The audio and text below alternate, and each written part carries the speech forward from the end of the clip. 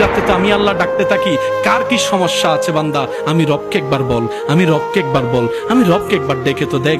বান্দারে, কে আছস অসুস্থ, আমি রবকে জানা, কে আছস অভাবী, আমি রবকে জানা, কার কি সমস্যা, আমি রব তোদের কথা শুনবো।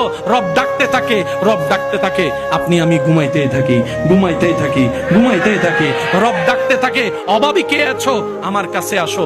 আপনি আমি ঘুমের মধ্যে থাকলাম, সকালটা হলো, এবার সেই অভাবটাকে কাঁধের মধ্যে নিয়ে অভাব দূর করার জন্য বিভিন্ন অনৈতিক কাজের মধ্যে লিপ্ত হয়ে গেলাম, আল্লাহ নারাজ হয় এমন কাজে লিপ্ত হয়ে গেলাম।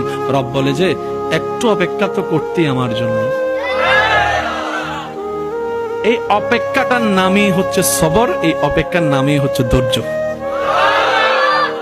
এই জায়গায় গিয়ে আমরা মাইর খেয়ে ফেলছি, বুঝতে পারি না মনে কথাটা। এই জায়গায় গিয়ে আমরা টোটালি মাইর খেয়ে ফেলছি। রব সবাইকে দিয়েছেন, দিচ্ছেন, দিবেন।